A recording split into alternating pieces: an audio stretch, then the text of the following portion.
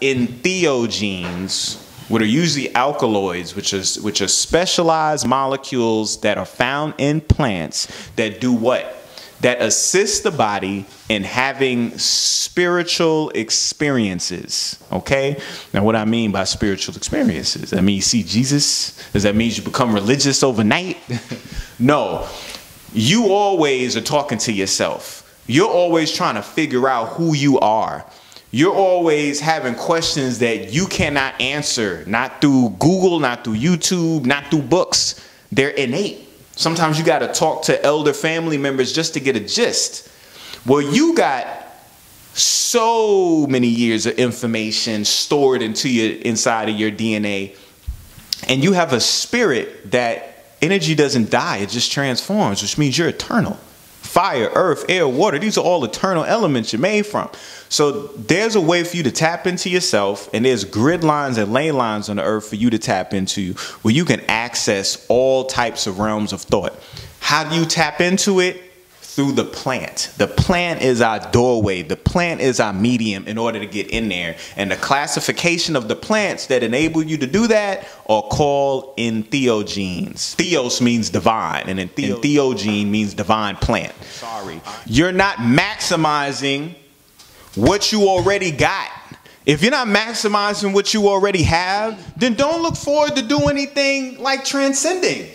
How you flying and you can't even run down the street without your breath running out? Like, for real, you can't even catch your bus. So is drugs like a cheat code to transcend? Well, like if you're not, drugs, even if you're not ready. Are you equating DMT to drugs? Well, not drugs in traditional, like how we think about bad drugs, but you know these plants. Entheogenes. Is that the cheat code? Because somebody may not be ready. But no, it's not the cheat code. In every book of, see, we can't just quote books of antiquity to talk about how great, oh, we had gold and we was great, and our clothing and we stood straight, and the opening of the mouth ceremony and all that. But you ain't talking about the reason why they went to Sirius was because they ingested something. Okay? So it's not drugs. Drugs is the food you eating. Them French fries is the drugs. Okay? Every time you bite the ass of an animal, that's a drug. Why are you eating ass? Go to the store and buy groceries. Don't eat them. So the plants is the medium. They've always been the medium. You know what I'm saying? And they still are. So it's like when you want to hit higher heights, you have to go through the plant. You ever notice anytime you deal with serious spirituality, there's always a gatekeeper. There's always somebody standing there. The trees are that. They're the ones that represent the earth that's like, who are you? Bruh, you want what? Why should I give it to you? They are the guardians, okay? Because you're not about to walk over and kick a tree down, spit on a tree, slap it, like it don't affect, they don't care. Like the wind blows hard and they still stand. It don't matter if it's snow, it don't matter what happens. You know what I'm saying? None of that. So, DMT, what is DMT? DMT is dimethyltryptamine, which is not a drug because it's actually synthesized in your body. You have DMT all throughout your body. Matter of fact, how do you think you dream at night? Dreaming is a form of a hallucinogenic practice that you serve. How do you dream by way of DMT if you never taken ayahuasca? How does that happen at night? Well, this is where chemistry comes in. Dimethyltryptamine is made from an amino acid called tryptophan. Tryptophan ends up becoming serotonin, which is your day hormone. When this light is out, this is what keeps everything running, the day clock. You see what I'm saying? Because you have a day clock and a night clock, right? You're not doing night stuff during the day and day stuff during the night, are you? Okay, so serotonin is day. What's for the night? Melatonin. So you got serotonin, you got melatonin. The only difference between melatonin and dimethyltryptamine is 1 carbon and 2 oxygens. And y'all might not know chemistry that well, but you can see that that is CO2. That's that same stuff that we breathe out. Okay, so if it's 3 in the morning and I'm asleep and I'm breathing, Am I breathing like this? Or am I breathing like... That's a deep breath. What does deep breaths do? When you breathe deep in the middle of the night, you exhaling mad carbon dioxide. So that means you're decarboxylating melatonin. If you decarboxylate melatonin, you have DMT. It gets processed, you have dreams. That's how that works, all right? So, I had the opportunity of having my first DMT experience. Yes. That's why your hair breathing, bro? Yeah, that's what happened when I came back out, bro. Them things was like, they was all twisted up, man. And I had a button up and everything. I don't know what happened over there. I had an opportunity to partake in a spiritual experience. You know, I jumped at the chance because the energy was right. You see what I'm saying? The energy was right. So, we went up in there, we sat down, and we got the lowdown, we got the instruction. You know what I'm saying? You know, she was like, listen, you gotta hit this. You gotta hit this thing. Like, yeah, three times, you gotta hit it. You gotta hit, like, you gotta pull, you gotta hold it. Hold it. When you let it out, you gotta inhale, you gotta do this 3 times. Don't be no pump. I was like, listen, all right, I got it, I'm ready. She gave me that boy. I lit that thing up. When I got to that second hit, I was like, oh. Like, that was my first reaction. Because instantly, I went to another world. It was instant. It was no transition. It wasn't warp speed where you see the lights come. It wasn't no gradual feeling that came. No, I was here and then I wasn't here. I was not here. Now, what I mean by not here, I mean that time stopped. My breathing stopped. Like, I did not need to breathe there. I had to tell myself to breathe. You know what I'm saying? Eyes got wide. She was sitting next to me as, you know, looking over. Queen was on the other side. She was looking over. And she morphed. She morphed into a guardian. Like, she turned into this obsidian glass figure with a black face and like a headdress. And she was just in a lotus position where she kept breathing and putting her head up and putting it down. And the only vibe I got was whatever that was she was doing, because she wasn't really doing that. This is what I saw. So once that happens, I kind of just like focus. You know what I'm saying? I focus. I'm like, okay, I'm here now. And I looked at my hands. My hands was like 3 times their size. They were big, son. They were like, not the Hulk, but like on the way to the Hulk. And all the lines, huh? Hellboy? Huh? Like, yeah, the Hellboy. I had the big mitts. And it wasn't just the hands, like the arms that like I was bigger. Like I was a bigger entity. Like, I guess what it was trying to say was like, bruh, people might see you small, but you was not a small brother, like by any means. You know what I'm saying? When I looked at my palms, like the lines that we usually use, you know, for reading palms and everything, I had like a Google map on my palms. Like they were lines everywhere. They were brownish red and they kept changing and shifting like roads. And the more you looked at anything, the more dynamic it became, because everything moves, everything vibrates. Y'all check out the Kabbalion. You know what I'm saying? So in this experience, the initial feeling, like when I first went there, was the feeling you get when you're in trouble. You know when you was like 7 years old and you like spilt that permanent ink on your mom's favorite rug? Yeah. I did that. Me and my sister did that. But that feeling, when you know you about to get your ass whooped, that feeling when you know you about to get put on punishment for the next 2 months and all and everything taken away, that's the feeling you get.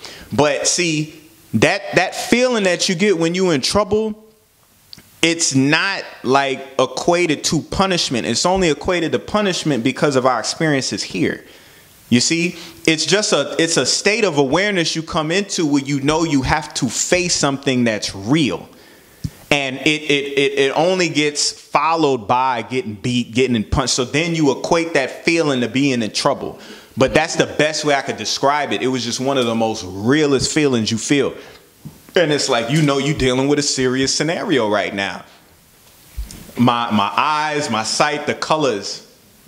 It was like the colors moved, if that makes any sense. And what I feel took place was the visual spectrum is but a little blip that we're able to like utilize in order for us to see.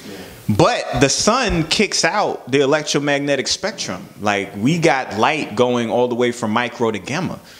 So what happens with DMT is we get access to those other frequencies and we see it through color, because color is the way that we are visually able to identify objects and different things in our space. So the reason why the colors become, and I don't even want to say vibrant, it was alive. It was like everything was alive. It was like everything had energy and intent to it, which means you will respect the rock, you will respect the crystal, you will respect the tree. You know what I'm saying? Right. Yeah, you're going to give love to everything that you come in contact with because it is alive. It's like our understanding of life is based on Caucasians' definition of it. I'm going to say that again. Our understanding of life is based on Caucasians' definition of it. We really don't know the definition of life. Do you? You know what I'm saying? Because you ain't about to tell me that crystals aren't alive, bruh. You ain't about to tell me they ain't. You ain't gonna tell me that. You know what I mean? I know reproduction and all that type of stuff, but you don't know what crystals are reproducing. You might not be able to see it, you know, or pick up on that. But so what does this dimethyltryptamine? Well, you got these areas in your brain, substantia nigra, locus ceruleus, and you have these other melanated centers that allow you to transcend space and time. The only way out is in. The only way out is in. The only way out is in. There's no escaping this that way. It's in here. Why do the adepts sit and meditate? So Rich asked earlier about the other ways. Yes, it's through the meditation. It's through the breathing. Like when you see these yogis and you see these people up in Nepal, in the mountains, bro, that's what they're experiencing. They're breathing. They're eating the goji berries, the sacred plant. They're sitting down meditating and they're going somewhere. Why are they in the mountains? Because there's no cars honking. It's not happening up there. So they can focus. They can get in tune. You see what I mean? So that's what the DMT does for us, but it's something that we make within ourselves. We make on our own. So I was told, you know, I started kind of coming back down. You know what I'm saying? It was so real. It's hard to describe because it's an experience that you're in. You see? So she was like, yeah, you know, you only did kind of like 1.5 hits there, you know, because that second one was a little light, and then the third one was almost you. I was like, because I lost my hands. Like you just kind of like that thing ain't there no more. You know what I'm saying? So then I was like, yo, I'm gonna do it again. I'm gonna do it again. I'm about to go back in on this boy. She was like, you ready? I'm like, yeah, I'm ready. And that's when it got real. That's when it got real. So this time, because my queen did it as well, she did something I didn't even think of doing. Close my eyes. Like my eyes was open the whole time. So I was really engaged with reality and like what I was seeing. But I was like, yeah, that's right. I can go in. So this time I kept my eyes closed.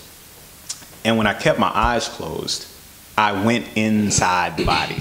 I went in there. It was like tubes and tunnels and everything, like all of the tissue was like Indinkra symbols interlocked with each other. So like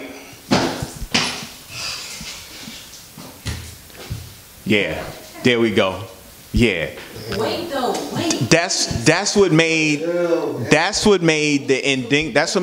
sigils and all that stuff started to make so much sense because it was inside. It was inside, and it was like I started moving. Like I didn't know what I was told what I was doing when I came back out of it, but I was moving slowly into a position of like a lotus position with my hands out and together and just having that. But until then, I was like shifting, I was like moving my neck because my eyes was closed and I was traveling through the body. In order for me to keep moving, I had to do certain gestures. After I started doing the certain gestures, like everything was quiet, like inside the body, like it was silent. The only sound I heard was the sound, and this is, I know this is gonna be weird, it's the sound you hear when somebody's making animal balloons.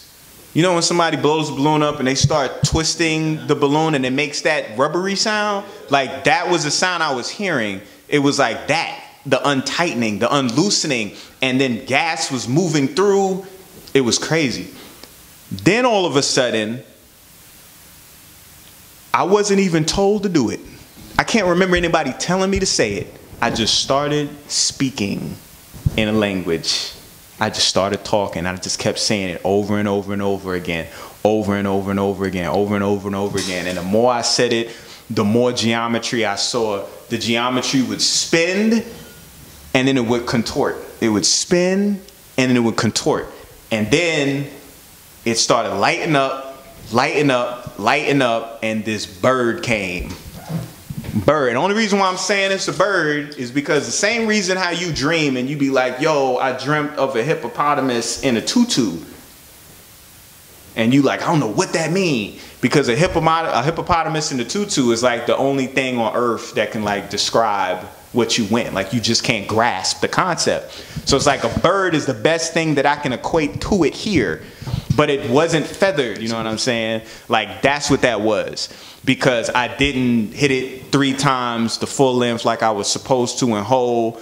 And when that happens, like you break through a glass dome, and then through that you have real spiritual experiences where you confront people. Like I wasn't to confront anybody in this one. It was for me. It was for me to recognize.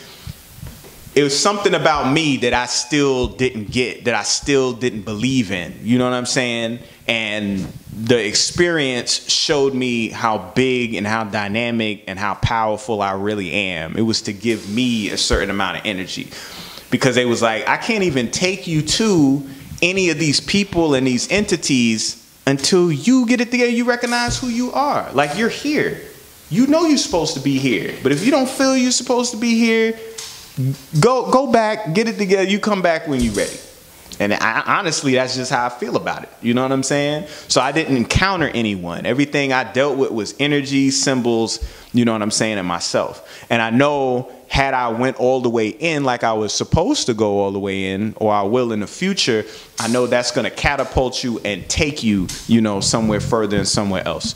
So just to compare, the DMT hit I went on is between 5 and 20 minutes. I think mine lasted, the first time was probably 3 and the second time was probably 5. You know what I'm saying? Like they were short trips that I went on. They call it trips because it's short for tryptamine. You know, ayahuasca though is an 8-hour trip.